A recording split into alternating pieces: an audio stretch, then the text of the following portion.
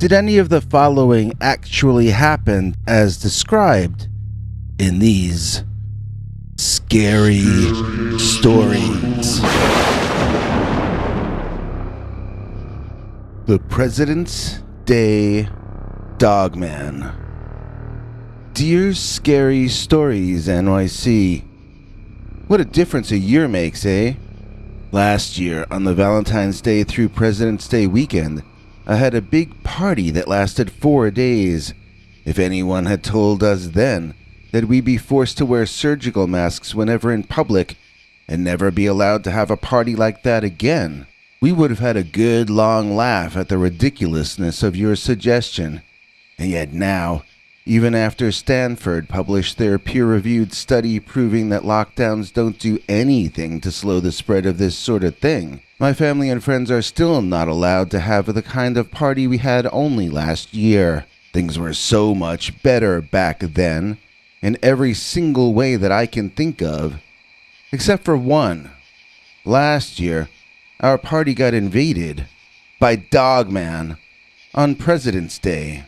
At least my family and friends can say that we all enjoyed our last moments of freedom, even though we could never have understood how bad things could get and how fast.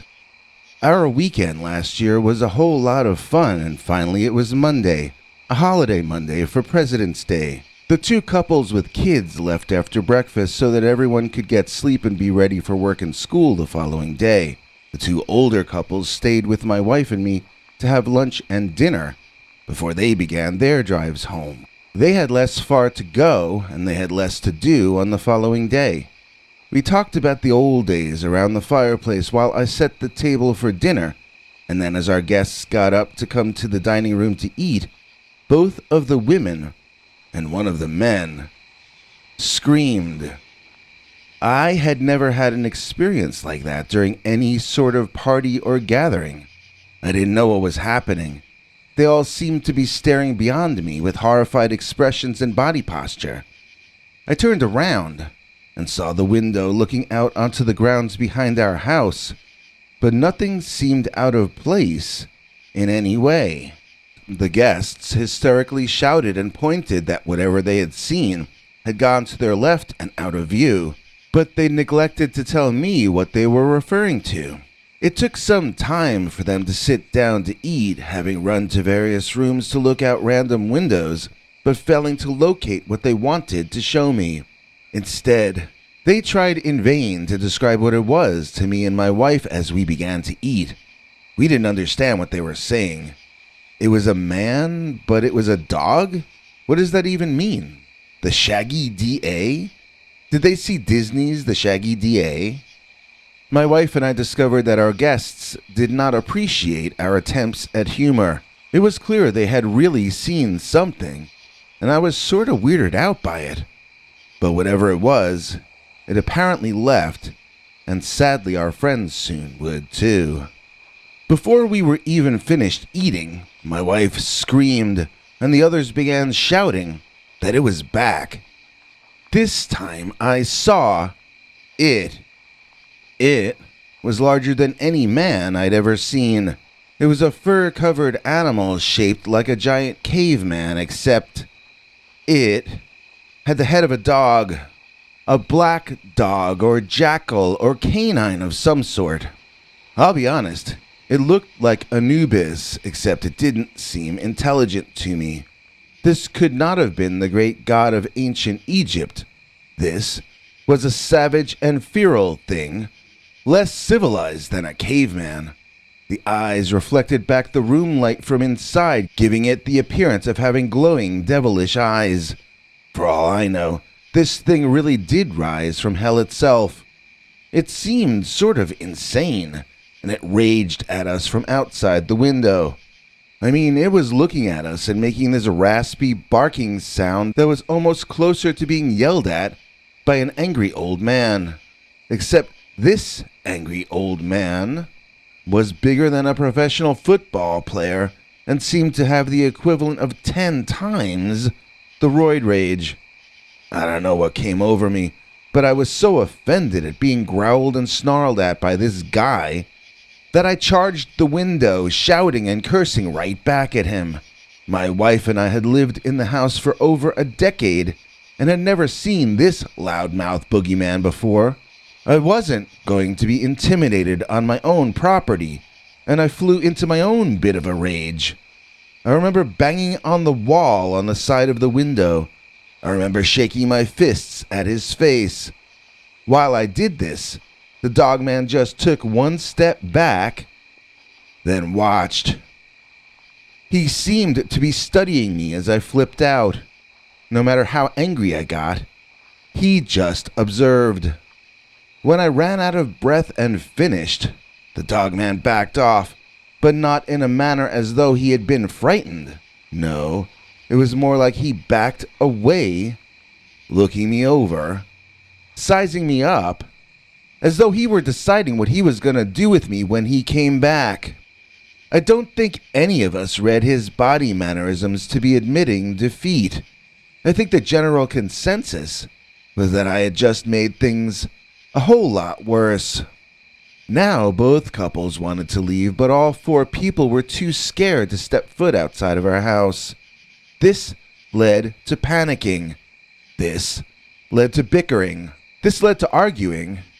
And this finally led to me calling the cops. Not on my friends. I called the cops to report the dogman. At least, well, sort of. I got everyone to agree to tell the police that we saw a man outside wearing a werewolf mask, and that he was behaving in a threatening manner.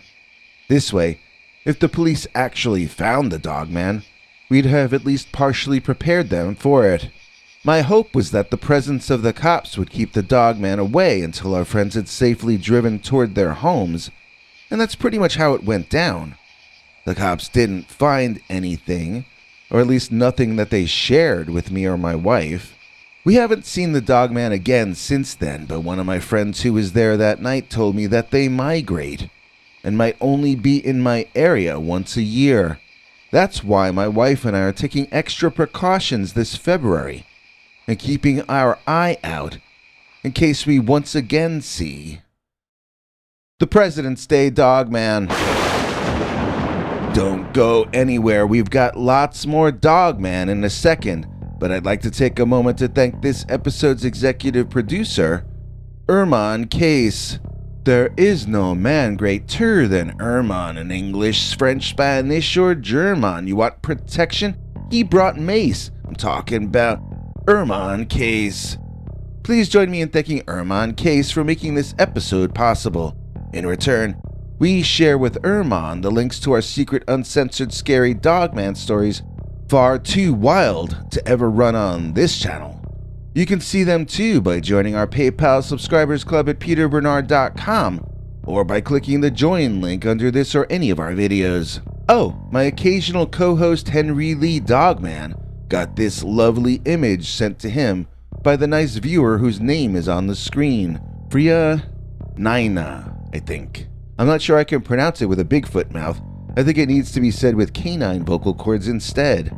If I'm wrong, please correct me in the comments. In either case, Henry and all of us say thank you, Freyja. And now, on to our second scary Dogman story of the episode. I don't have to travel too far for this story. In fact, I can get there by taking the L train. That's L for lycanthropy, in the tale we call Dogman in the subway car. Dear Scary Stories NYC. This is a Dogman story that took place on the edge of New York City, right near the end of the line out in Queens. It was, I think, about a week before the first big snowstorm we had this past month. I was riding the subway home, and it was very late at night. There hadn't been a single other person in the car since we left Manhattan, so I lowered my mask. It's really hard for me to breathe with them on, and it's bad for your immune system to breathe in your own carbon monoxide. I've been battling the worst depression of my life, and so I was distracted. I didn't notice the conductor coming back into the car, so I neglected to pull my mask up by accident. When I did notice him, I sat up in order to do exactly that, but He began shouting at me in an extremely uncalled for manner, so I gave him a bit of my mind.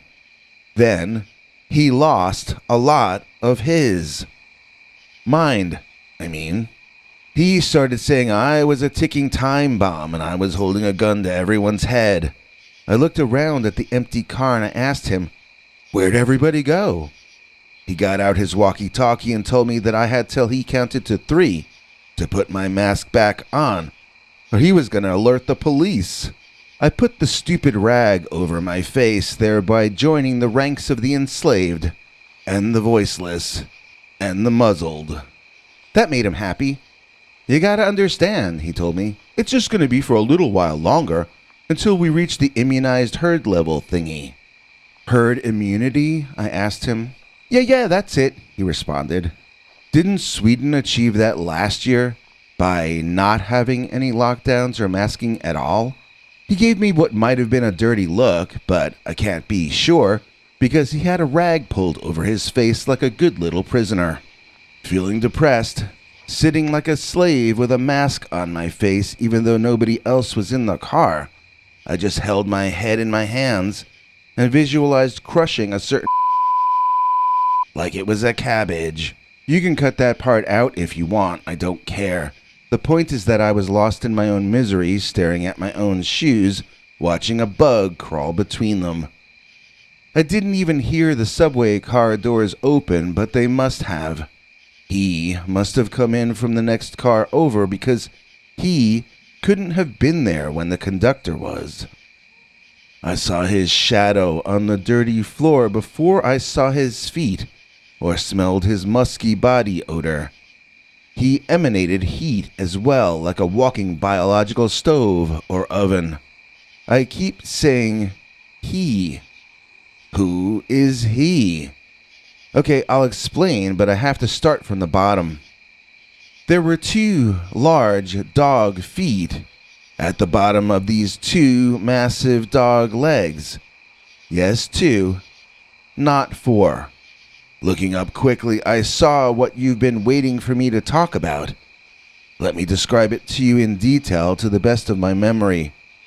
This was only last month, but it was an extremely shocking moment in my life. I really thought this was the end for me, so there was some intense fear and sadness blocking the curious part of my mind off. I even closed my eyes halfway through. But let me start in the beginning.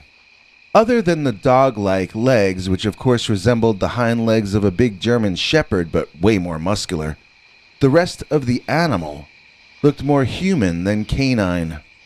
It stood up straight if a little hunched, and it held onto one of the overhead bars casually, with its wrist hanging over. Its dog paw was almost as big as my face, and it had long, sharp claws protruding from it that reminded me more of a cat's claws than a dog's.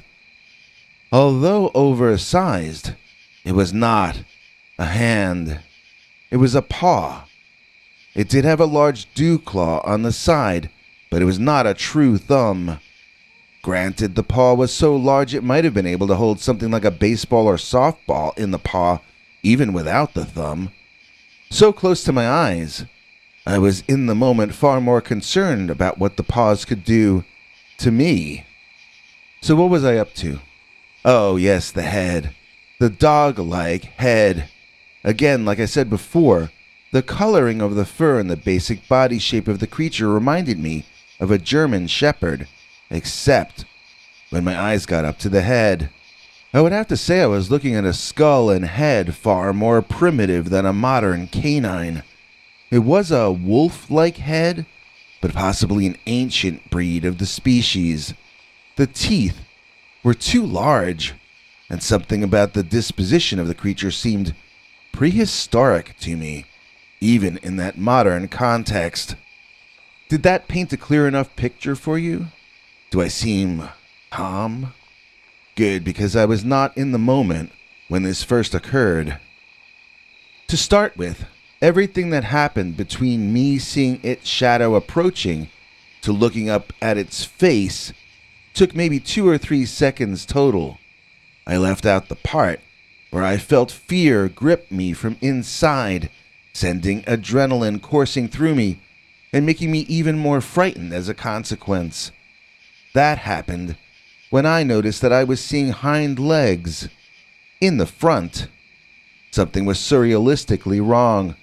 A dog shouldn't be walking alone on the subway, and if it had to, it most certainly should put its front legs in front, not its rear ones.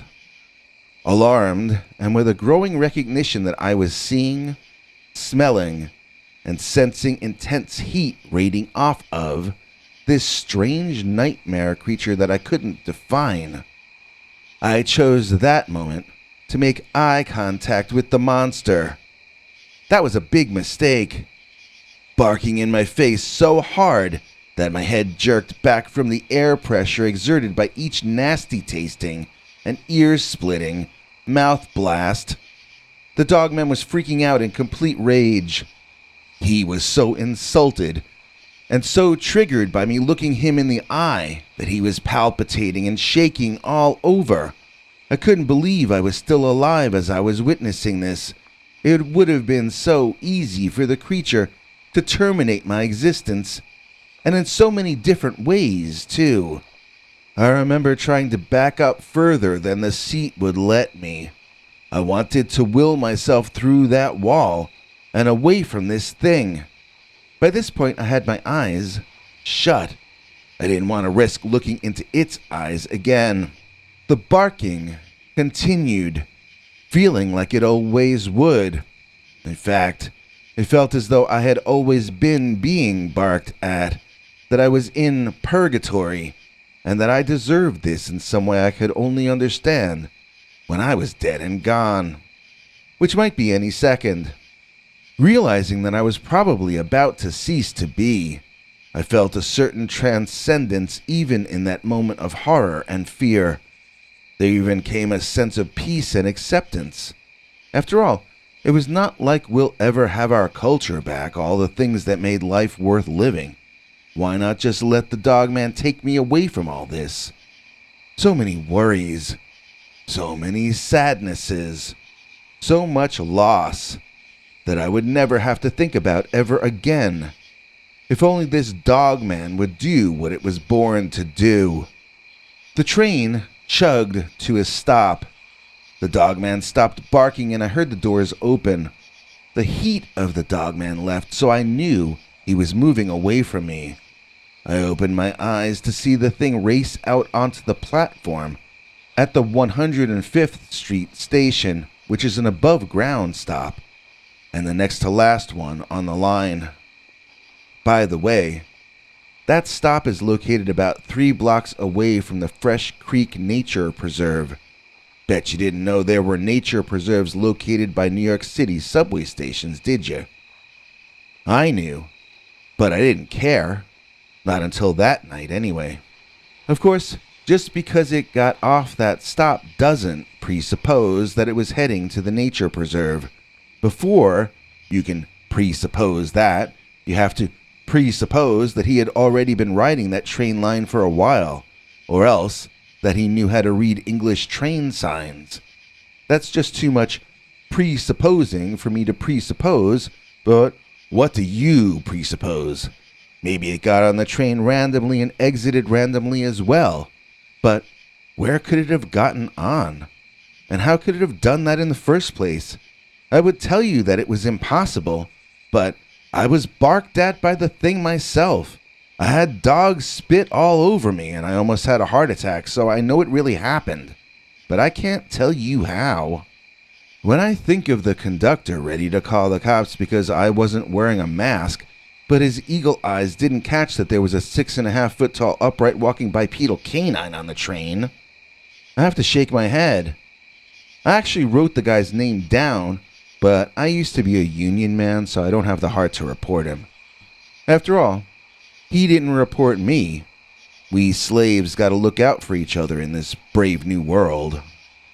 I dread riding the subway ever since then. But when I do, I go up to the front of the train, not the middle. The middle car is where I thought I was gonna meet my maker. And it was all because of the Dogman in the subway car. Thanks for watching till the end. If you liked what you saw, please consider clicking like on the video or sharing it. You can become a channel member by clicking the join link below. Then you can check our community page to find the links to 10 hours or more of secret, uncensored Dogman stories too wild to be told on this channel. Your other option is to join our paid subscribers club at peterbernard.com. That's Peter's homemade club, where he will personally email you the links as well as occasional secret club messages. You may also be included as an executive producer in a future episode. If you have a scary experience you want to tell us about, you can email us at scarystoriesnyc@gmail.com, or else call our Scary Stories voicemail hotline at 804-LESS-SCARY. The machine cuts off every few minutes, so if you have a long story, please keep calling back and we'll piece it together later on. Good night, and have a scary tomorrow.